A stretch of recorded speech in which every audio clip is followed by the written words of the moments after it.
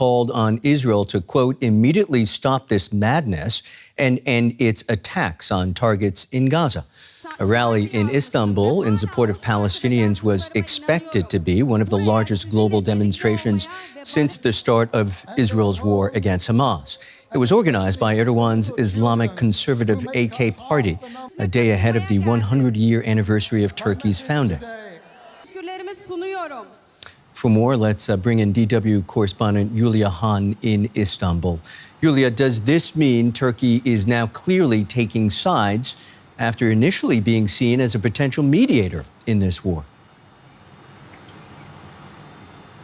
Well, Michael, the Turkish government has never been a neutral voice in this conflict. President Erdogan and his ruling AKP are fervent supporters of the Palestinian cause. They have mobilized their supporters for days to attend this massive rally here in Istanbul today. The president is expected to speak any minute, and he will probably reinforce his growing criticism of Israel's bombardment of the Gaza Strip. Earlier on social media today, he told people, and I quote him, to stand alongside the Palestinians loud and clear against Israel's oppression. And I think this is setting the stage for today. At the same time, I think the Istanbul rally is sending a very concerning message of support for Hamas.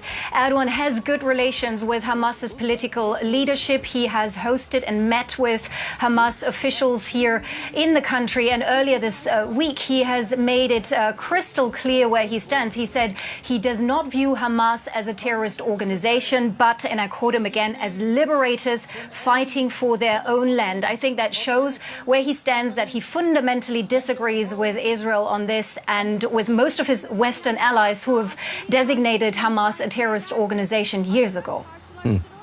Always been behind the Palestinian cause, as you put it, but up until this point, his tone has been, shall we say, a little bit more muted. What's behind Erdogan's change in tone?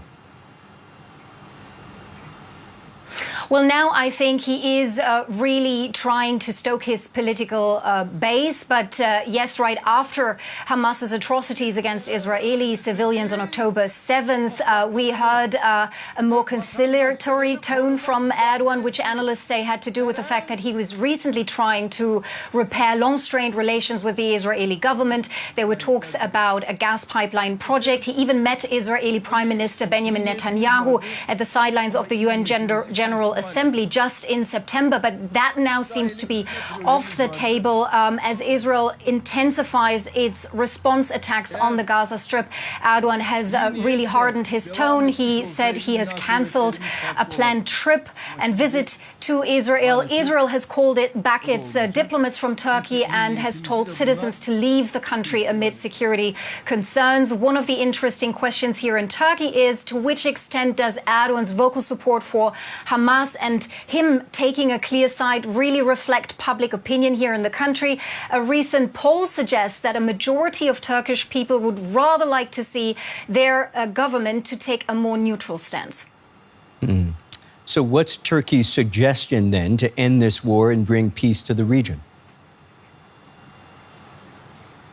Well, the Turkish government has advocated for a two-state solution, but right now, as the fighting still rages on, they have been pressing for a humanitarian ceasefire which would allow aid to be delivered and brought into the Gaza Strip. The Turkish government has sent several military cargo planes with food aid, medical aid to Egypt to be delivered into Gaza, but we all know how difficult access is right now, and the Turkish government also says it's negotiating with Hamas for the release of civilian hostages. But so far, these specific Turkish efforts have not yielded any results as far as we know.